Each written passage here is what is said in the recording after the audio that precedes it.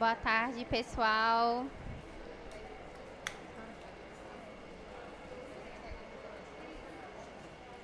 Boa tarde, pessoal.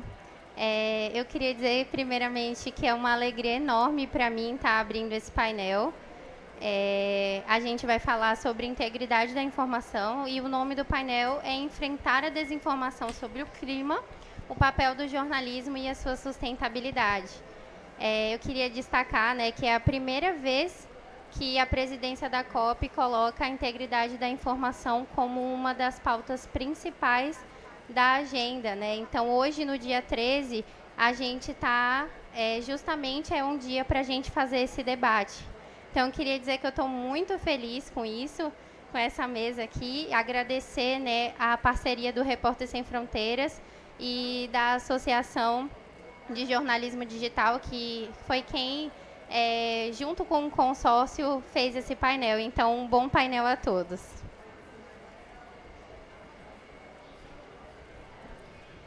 Olá, pessoal. Boa tarde. É um prazer estar aqui com vocês hoje. Obrigado por terem vindo.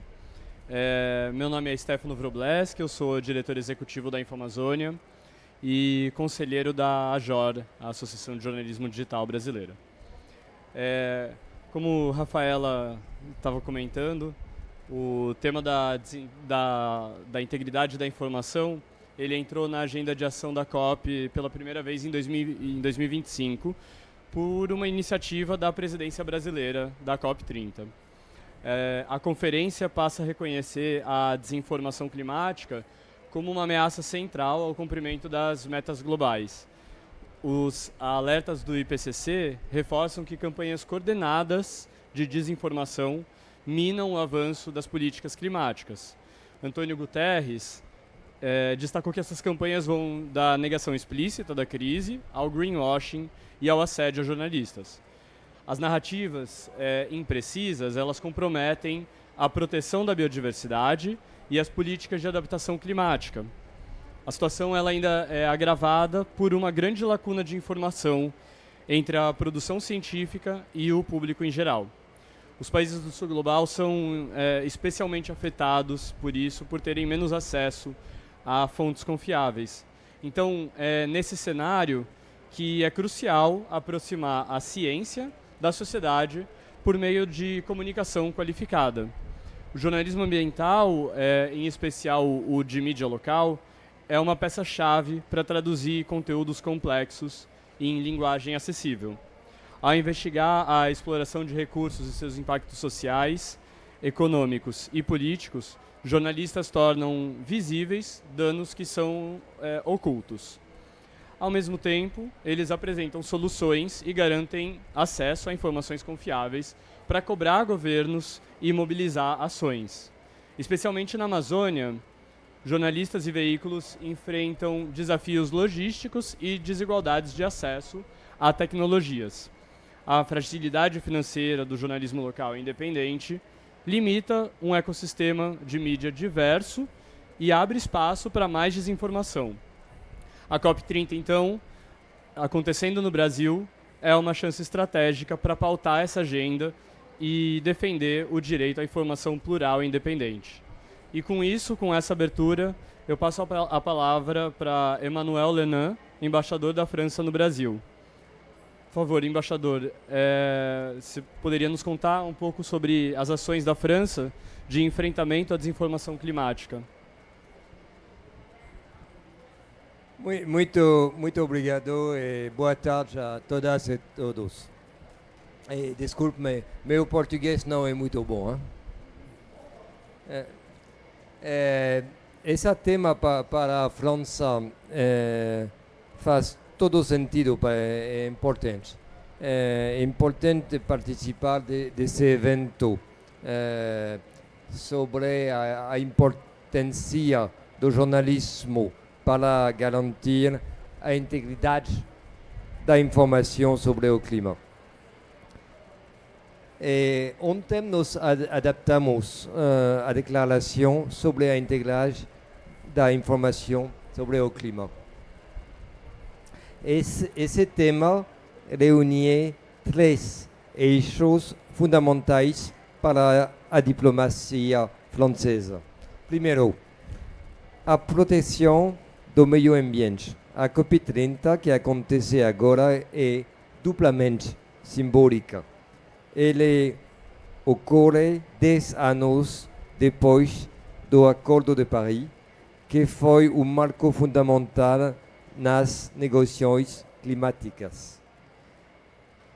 Também ele é sediada na floresta amazônica. E a Amazônia é de particular importância para a França, que compartilha sua maior fronteira terrestre com o Brasil. A Guiana Francesa também é um território amazônico e o Brasil um vizinho nosso. Segundo, a liberdade de expressão. Esse direito fundamental precisa ser defendido, agora mais do que nunca. Mas, ao mesmo tempo, essa liberdade não pode ser entendida como ilimitada. E terceiro, a luta contra a desinformação, que é o tema central dessa mesa. As mudanças climáticas, embora cientificamente incontestáveis, ainda são objeto de distorção e de manipulação. Hoje, mentiras são mais lucrativas e mais baratas de serem produzidas. Acreditamos que a informação é um bem público global. O jornalismo desempenha um papel essencial para protegê-la, informando com rigor, traduzindo a complexidade dos dados científicos e dando voz às populações afetadas, especialmente as que menos têm acesso aos espaços de poder e decisão.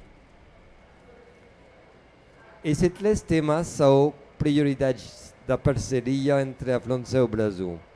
Os nossos presidentes reafirmaram esse compromisso em algumas ocasiões. No apelo de Belém, lançado durante a visita do presidente Emmanuel Macron ao Brasil em março de 2024. Na declaração conjunta, acelerar a ação climática durante a visita do presidente Lula à França em junho de 2025.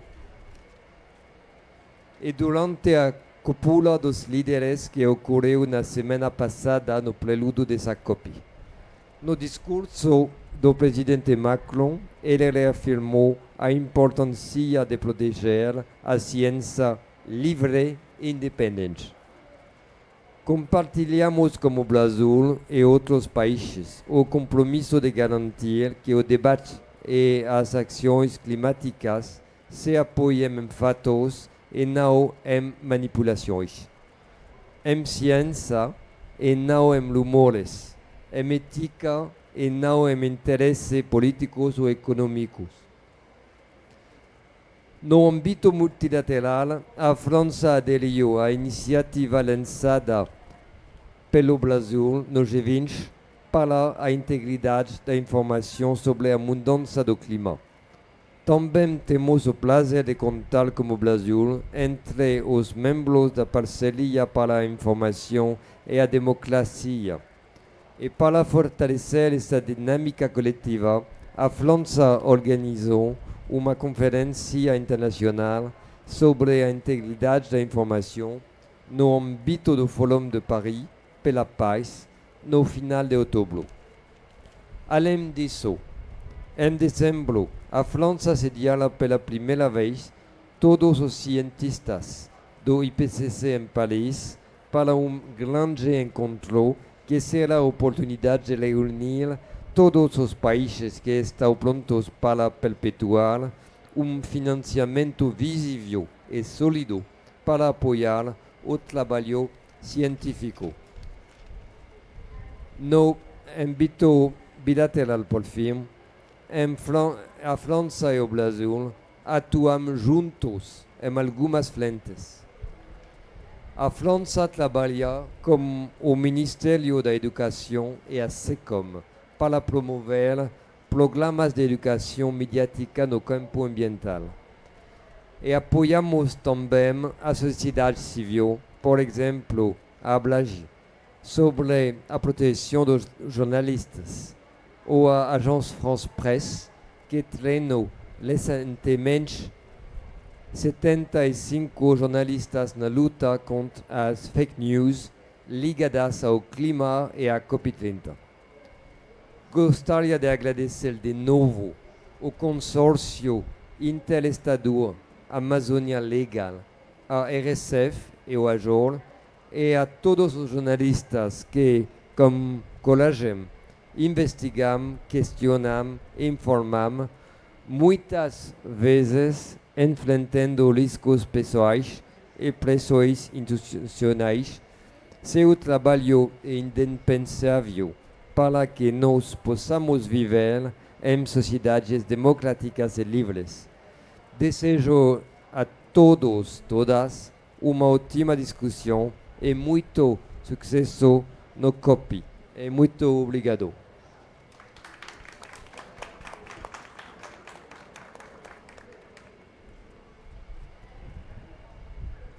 Muito obrigado, embaixador. Me informaram que você vai precisar sair, então eu agradeço a sua participação, o quanto você puder continuar conosco. Eu passo aqui agora a palavra para Letícia Capone. Letícia é diretora de pesquisa do Instituto Democracia em Cheque e pesquisadora da PUC-Rio. Letícia, por favor, qual é o cenário da desinformação climática no ambiente online e o que tem permitido a prevalência dessa desinformação em detrimento de informações de confiança? Obrigada, Stefano. Gente, é um prazer imenso estar aqui, dividir esse espaço com pessoas tão queridas, organizações que a gente trabalha em conjunto, né, para avançar nesse debate sobre a integridade da informação. E hoje eu vou falar um pouquinho do panorama da desinformação no Brasil. Eu não tenho uma apresentação, não sei se vocês conseguem projetar, mas eu queria falar alguns pontos com vocês, né? Importante a gente observar, né, pelos estudos que a gente desenvolve no Instituto Democracia em Cheque, que a desinformação, aqui no contexto brasileiro, ela percorre dois percursos importantes, né, que se complementam e se fortalecem. O primeiro deles, e é o mais óbvio, o mais nítido, que a gente consegue observar olhando para o conteúdo, é aquele que envolve a manipulação, as teorias da conspiração, a manipulação de dados científicos, a produção deliberada de notícias falsas, né? Essa costuma ser a parte mais visível da desinformação. Mas a gente tem um segundo percurso que é mais sutil, mas é igualmente perigoso. E ele envolve uma prática deliberada de mobilizar argumentos e tentar produzir sentidos e significados que vão moldar percepções no longo prazo. E aí aqui a gente tem uma forte atuação de um discurso político estratégico que tenta construir sentidos e significados. Então, é algo que é menos nítido de se entender, de se identificar, mas é igualmente danoso. Aqui no contexto brasileiro, essa propagação da desinformação ganha contornos importantes, né? A gente está falando de um país com grande extensão territorial, mais de 5.000 municípios, e tem diferenças econômicas, sociais, estruturais e comunicacionais. O relatório do Atlas da Notícia aponta que, embora em avanço, o Brasil ainda possui 48% dos seus municípios em desertos de notícias. Isso significa que não existem iniciativas de jornalismo local nesses municípios, né? Quase 29% da população brasileira vive nesses municípios que são desertos ou quase desertos de notícias. Isso é importante quando a gente pensa o impacto que essas iniciativas de jornalismo local tem para o fortalecimento da opinião pública, para a representação de vozes locais, para o exercício da comunicação como direito, né? Atualmente, academias, organizações multilaterais, governos vêm discutindo o conceito da integridade da informação, Fico muito feliz que aqui nessa COP, né, a integridade da informação entra como agenda e a gente tem avançado nessas discussões. A SECOM, representada aqui pela Nina, vem atuando muito fortemente nesse tema. E a ideia é pensar a comunicação não só no que se refere à exatidão, à consistência, à confiabilidade de dados, mas de forma sistêmica, por uma perspectiva que analisa, prevê estratégias para o ecossistema da informação como um todo. A gente tem trabalhado muito arduamente na implementação, na SECOM vem articulando a implementação do capítulo brasileiro, e a gente faz parte aqui, eu e outras organizações, da rede de parceiros pela integridade da informação sobre mudança do clima. Ela foi lançada em março de 2025, conta com mais de 131 organizações, e a gente vem desenvolvendo alguns trabalhos no mapeamento e na identificação dessa desinformação e como a gente pode avançar nessa agenda.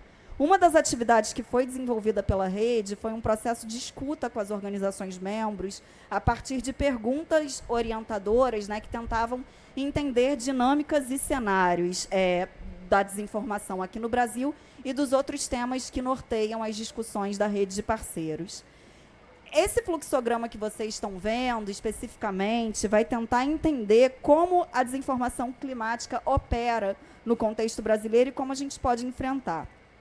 O primeiro ponto que eu acho importante destacar, a partir das respostas recebidas, é que a desinformação atende a interesses específicos, e eles podem ser relacionados à tentativa da manutenção de uma regulamentação branda, à busca incessante por lucro com a indústria de combustíveis fósseis, da mineração, do agronegócio.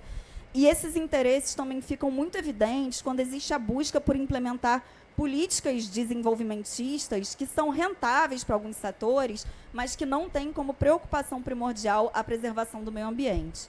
Os principais atores apontados como propagadores dessa desinformação são a indústria fóssil, algumas figuras do agronegócio, da mineração, alguns políticos, ultraconservadores, influenciadores e veículos de mídia alternativos. Como estratégia de disseminação dessa desinformação, seja por campanhas coordenadas ou iniciativas isoladas, as organizações respondem que esses atores escondem seus conteúdos, sobretudo pelas plataformas de redes sociais, que têm se tornado um grande vetor na disseminação da desinformação. E quais são os custos, os impactos desse processo, né? Atraso na implementação de políticas, sobretudo as que gravitam em torno da transição energética, aumento do desmatamento, polarização do debate, e existem efeitos que são mais profundos e agravados nos territórios. Vou terminar minha fala falando de um exemplo que a gente viveu e assistiu com muita comoção, né, que foram os episódios de chuva e enchentes que ocorreram no Rio Grande do Sul em 2024. E esse episódio não foi uma emergência climática muito importante, grave aqui no Brasil, mas também foi um evento em que houve grande circulação de conteúdos com muita desinformação, né? E a desinformação em contextos de emergência climática, ela tem impactos importantes no curto prazo e no longo prazo. No curto prazo, existe um dano muito evidente, né, que é a dificuldade de se implementar as políticas no local, porque você pode causar pânico na população, alarme. Eu lembro que, nessa época, tinha muita circulação, inclusive, de protocolos de profilaxia para quem tivesse contato com as águas. Então, isso pode incorrer, inclusive, enfim, na falta de medicamentos importantes. E, no longo prazo, a gente pode ter a normalização da circulação desse tipo de conteúdo, e isso acaba sendo muito grave, né? A gente produziu um mapa narrativo usando uma metodologia de análise de conteúdos que circularam nas plataformas de rede social com o Iramutec, então é uma análise que pode ser replicável para outros estudos. E a gente observou que, no caso da emergência climática que aconteceu no Rio Grande do Sul, a gente nota 3 eixos narrativos predominantes, né? O primeiro deles foi a desumanização de agentes públicos. O segundo deles, a desqualificação da atuação do poder público. E a gente também observa um grande volume de conteúdos com teorias da conspiração. Vou terminar rapidinho, só falando um ponto importante, né? Que o mote utilizado na ocasião, que foi a frase "o povo pelo povo", né, que circulou bastante nesse contexto local, A gente viu, curiosamente, ser usado quando ocorreram as chuvas em Valência, na Espanha, né? Então, ou seja, a gente está falando de um recorte de um contexto local, mas existem conteúdos que se repetem em outros contextos, em outros países. Vou terminar minha fala chamando a atenção para a importância da gente enfrentar coletivamente e globalmente essa questão, né? É muito urgente que a gente se una, estabeleça políticas de adaptação, de mitigação, de enfrentamento às mudanças climáticas, mas é também urgente a gente estabelecer processos e procedimentos de enfrentamento à desinformação. Obrigada.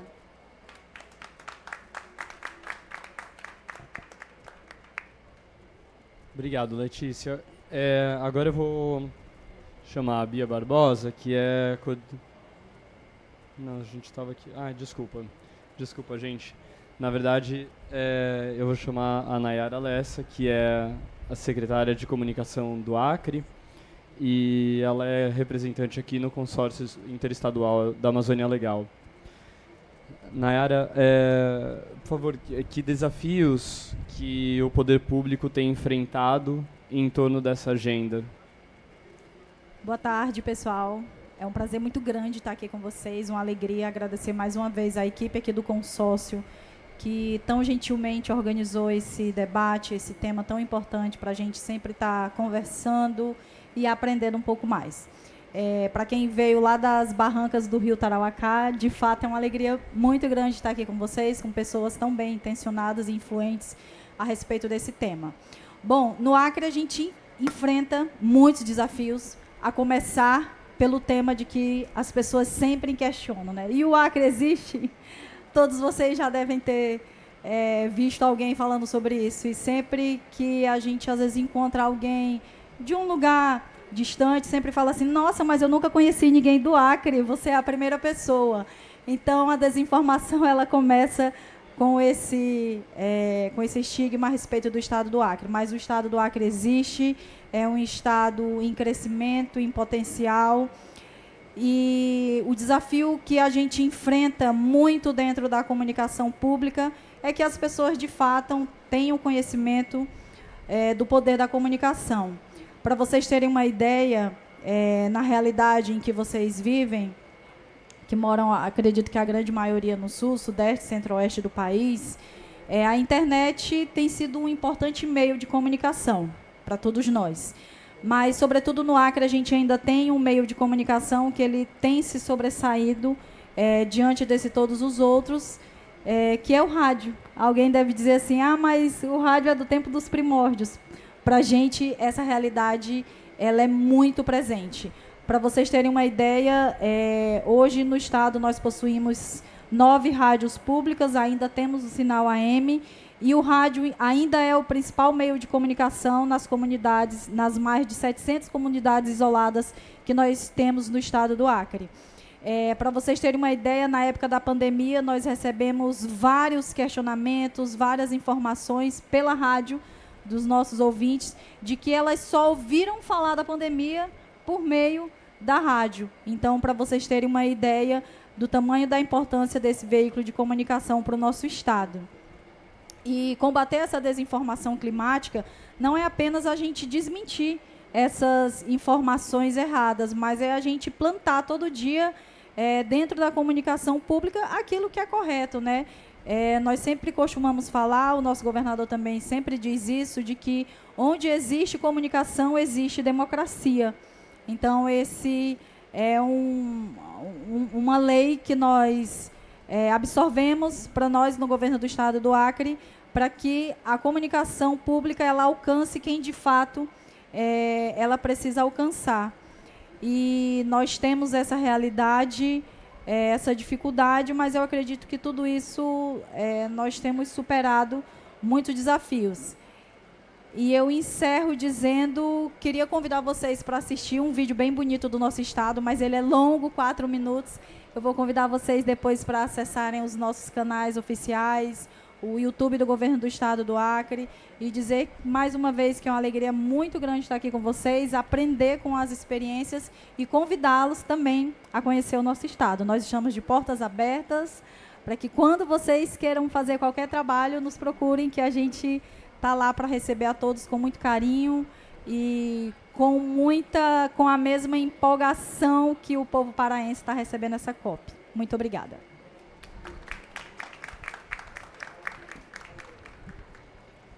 Obrigado, Nayara. Agora sim, Bia Barbosa, por favor. Bia é coordenadora de incidência da Repórteres Sem Fronteiras América Latina. Bia, que respostas regulatórias precisam ser dadas diante desse cenário? Obrigada, Stefano. Boa tarde a todas as pessoas presentes. Eu queria agradecer na figura da secretária Nayara, mas também da Rafaele e da Cristelle, que são essas duas mulheres maravilhosas que ajudaram a gente a colocar esse painel aqui de pé, a abertura para a gente poder tratar desse tema que para Repórteres Sem Fronteiras é a prioridade nessa COP, como é que a gente discute a integridade da informação climática pensando no papel do jornalismo para isso. E agradecer a todos os parceiros e parceiras que toparam esse convite para a gente fazer essa discussão. E um agradecimento especial à Jor, que construiu essa ideia junto com a gente. E a gente vai estar em outros painéis também tratando desse tema hoje. Eu tenho uma apresentação também para apresentar para vocês, se vocês puderem colocar. Obrigada. Bom, a Repórteres Sem Fronteiras é uma organização internacional. A gente tem um escritório na América Latina, que fica no Rio de Janeiro. E a gente publica anualmente um ranking que classifica a situação da liberdade de imprensa no mundo. E esse ranking mede vários fatores, não só especificamente a questão de violência ou de censura contra a imprensa nos países, mas também mede a qualidade do debate público sobre a agenda informacional, a diversidade, o pluralismo midiático.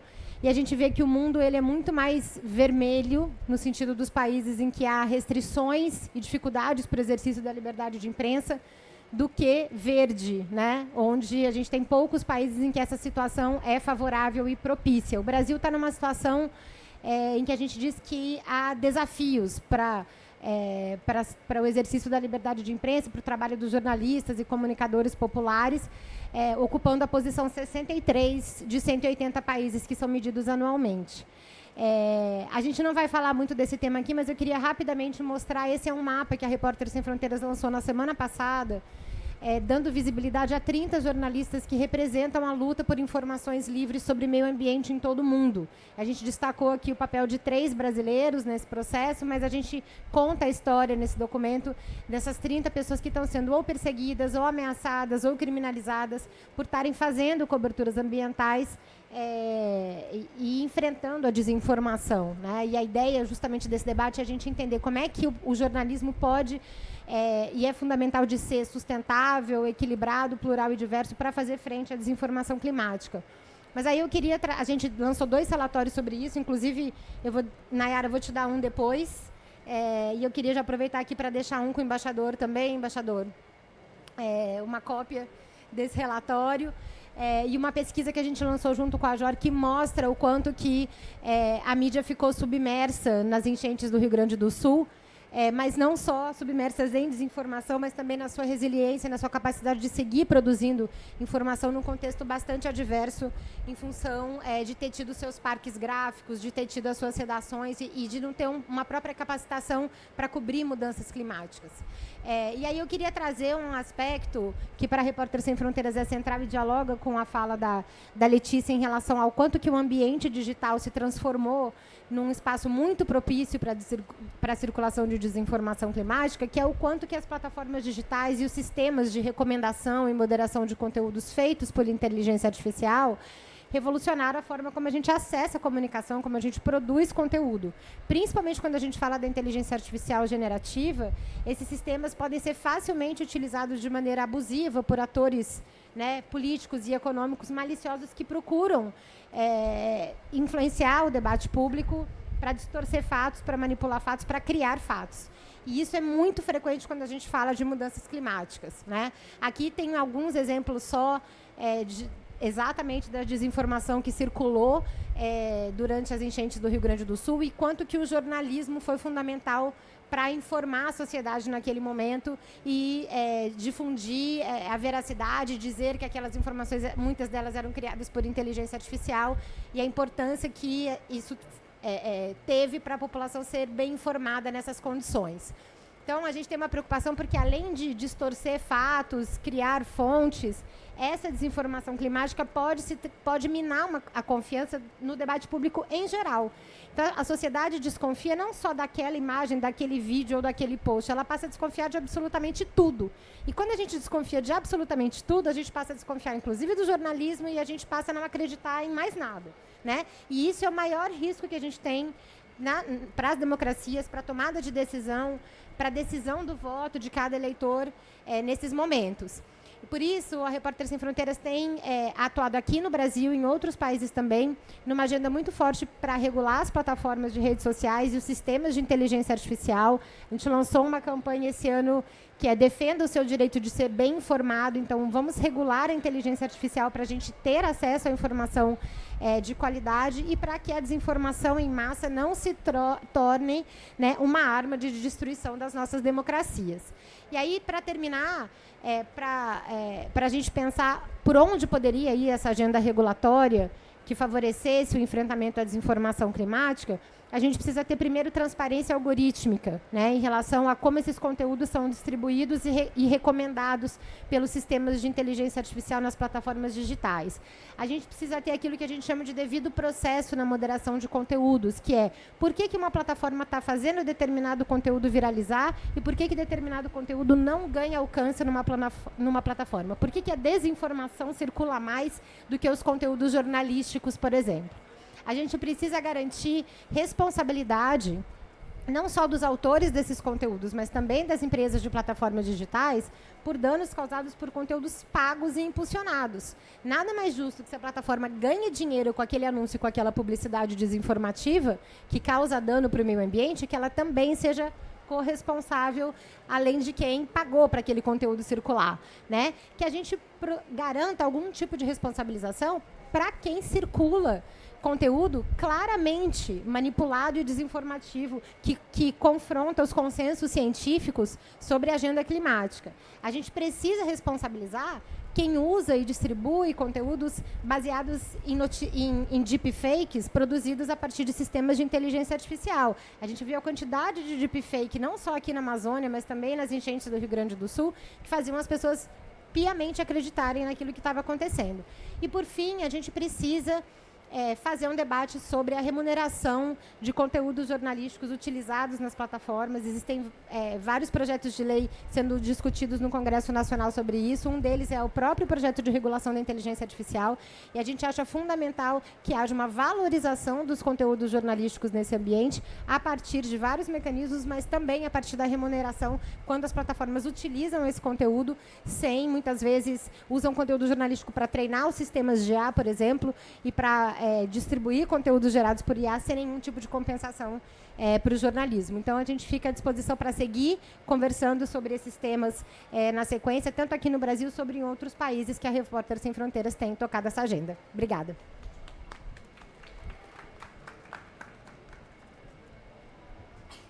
Obrigado, Bia. Agora, a Samantha do Carmo, da JOR, ela pode nos contar, por favor, por que a gente precisa, então, falar de sustentabilidade do jornalismo nesse contexto?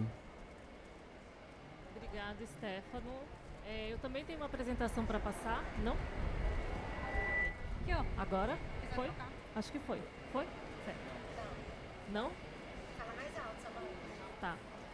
Boa tarde, gente. Eu também tenho uma apresentação para passar. Estou sem o passador. Alguém me...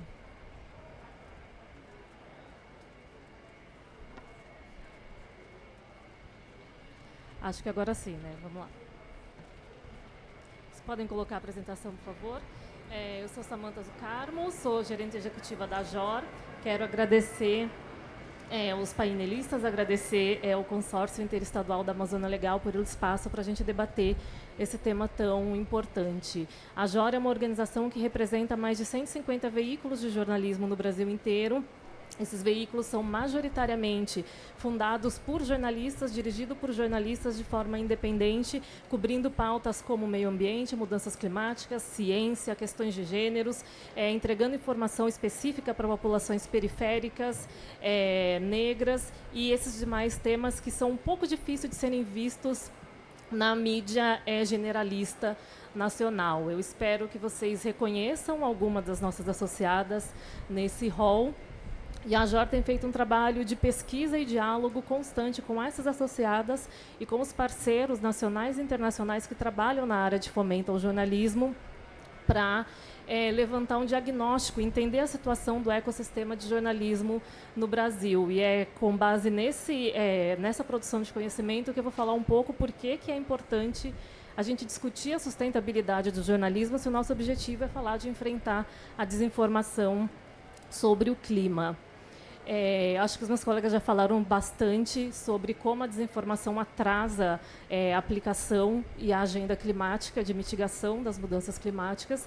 E eu queria, então, ir direto ao ponto e relembrar que a gente tem um campo, uma atividade, uma indústria, cuja missão principal é entregar informação de interesse público para qualificar a tomada de decisão das pessoas, para que elas vivam melhor, e dos agentes públicos para que eles façam as melhores políticas públicas.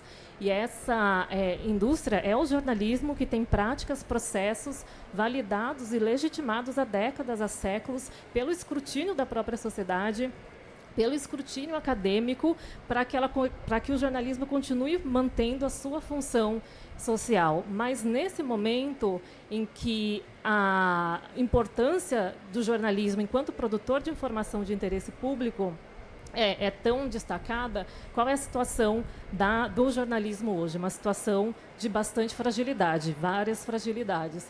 E várias delas começam, têm origem em muitas mudanças comportamentais e mudanças tecnológicas. O jornalismo hoje, por exemplo, também tem sido alvo de desinformação, de difamação, ruindo a confiança das pessoas no jornalismo. O jornalismo tem perdido a sua conexão direta com as pessoas, com a audiência. Nem preciso dizer, como já foi ressaltado, que muitas pessoas ainda não veem valor no jornalismo porque estão em desertos de notícia e não tem diferença de qualidade de vida cotidiana quando elas acessam notícias muito distantes da realidade delas. E essa conexão, essa relação direta com a audiência migrou para a mediação das plataformas de redes sociais. O comportamento de consumo de notícia mudou bastante no Brasil. Hoje, 73% da população já declara que, quando vai buscar notícia, vai para as redes sociais. Só que, então, esse acesso é completamente mediado pelos algoritmos, e não foi só o acesso ao seu público que o jornalismo perdeu. O investimento publicitário, que era parte importante do modelo de negócio, das finanças, para o funcionamento das empresas e organizações de jornalismo, também migrou para as plataformas digitais e para os buscadores, e gerou esse ciclo de falta de recursos para qualquer tipo de inovação, mas, na verdade, é uma falta de recursos financeiros para que as organizações mantenham a operação comum de uma organização de jornalismo, que é ter um bom repórter na rua, com protocolos de segurança, com editor, conversando com as pessoas, garimpando, apurando informação, e bons editores que possam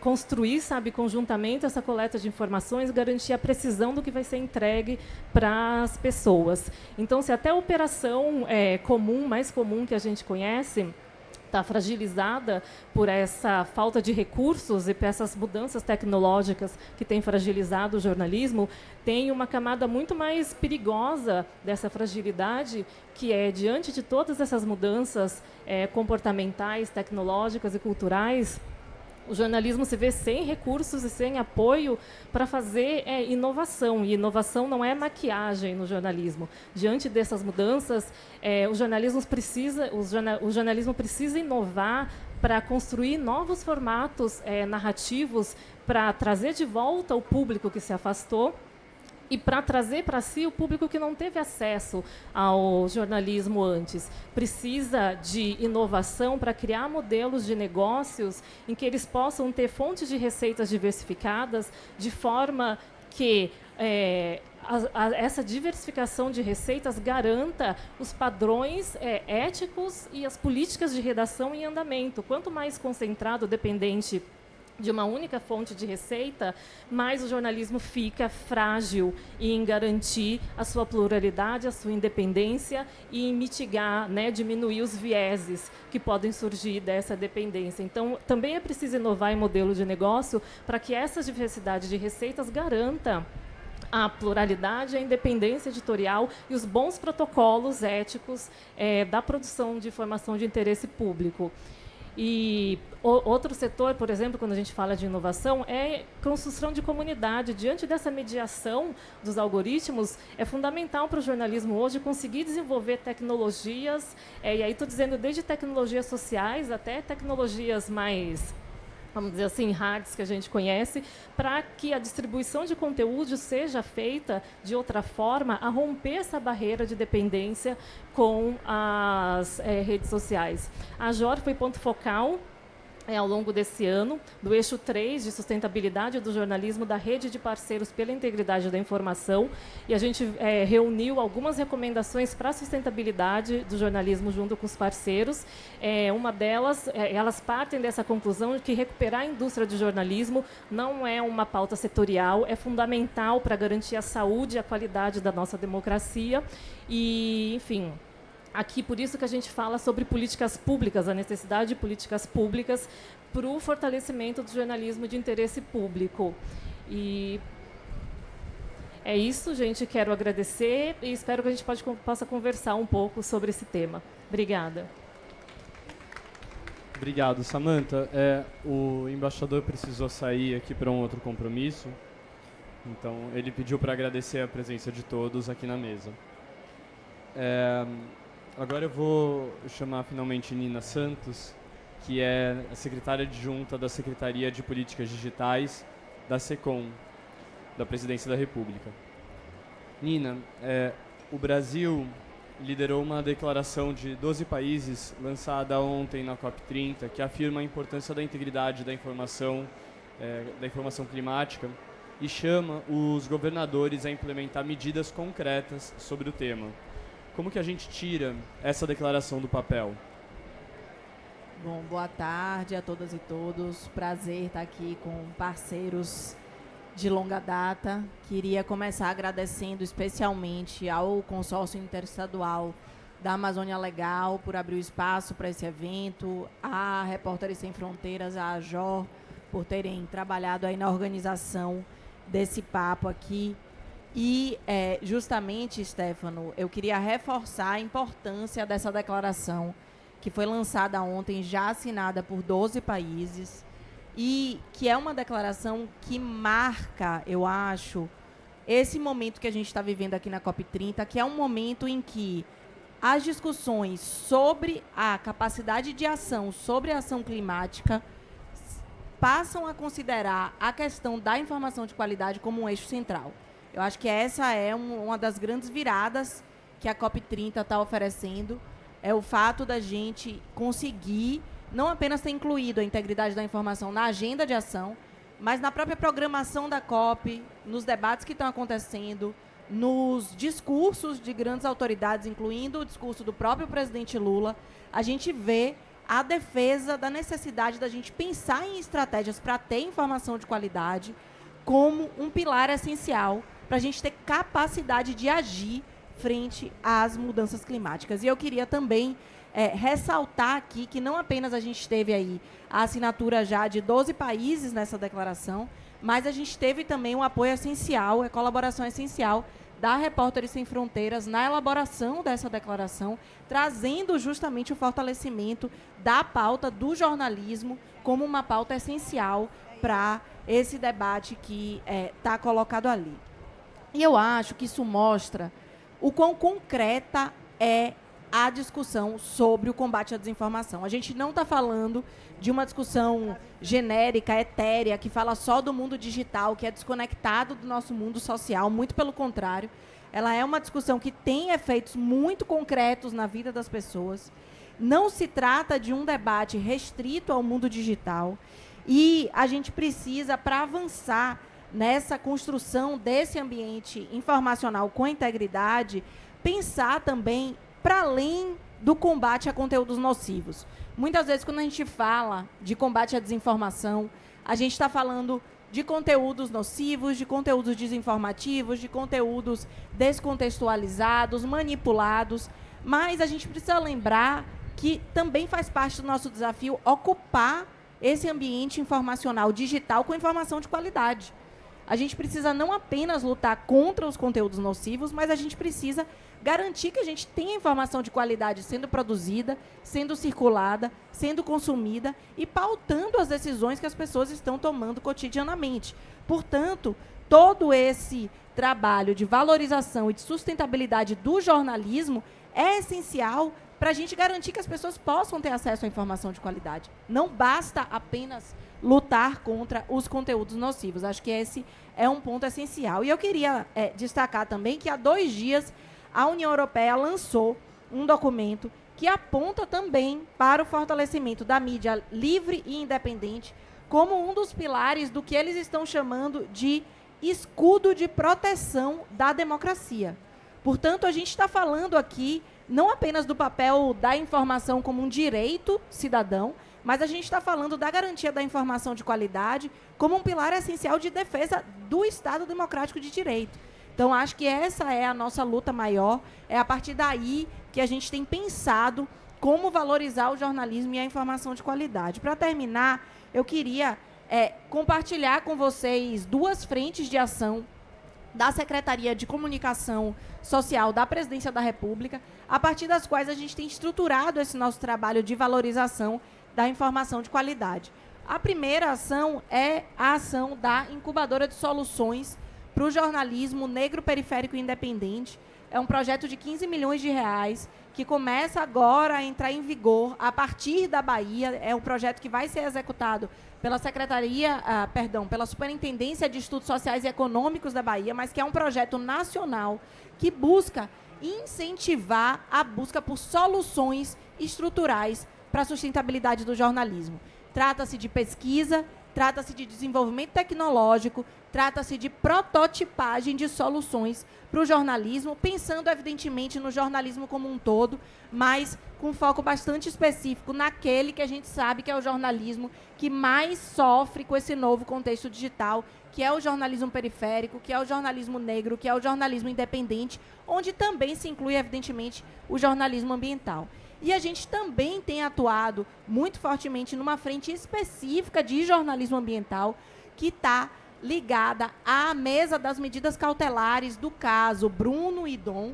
A SECOM participa, junto com outros órgãos de governo, com órgãos de sociedade civil, com todos os peticionários envolvidos no caso do assassinato, da busca, né, de apuração, de reparação, de respeito à memória e de ação concreta frente ao caso do assassinato de Bruno Pereira e Dom Phillips.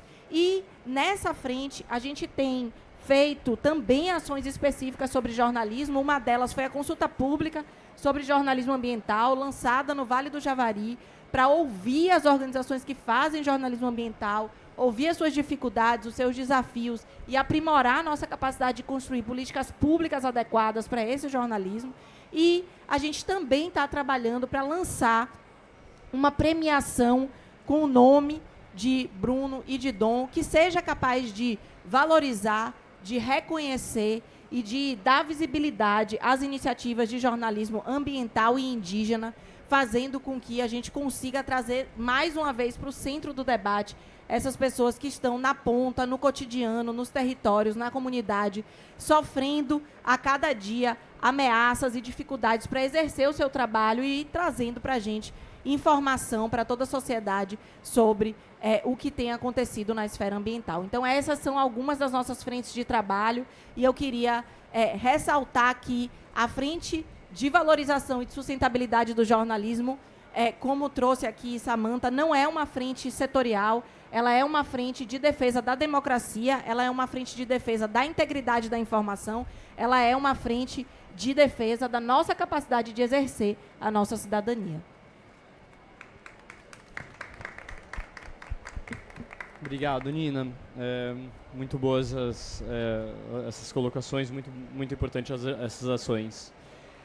Pessoal, a gente está com o tempo apertadíssimo, então eu queria ver se alguém aqui da plateia tem alguma pergunta, se for fazer muito rápida, E se não, e se alguém aqui do painel tem alguma consideração, alguma última colocação que queira colocar antes da gente encerrar.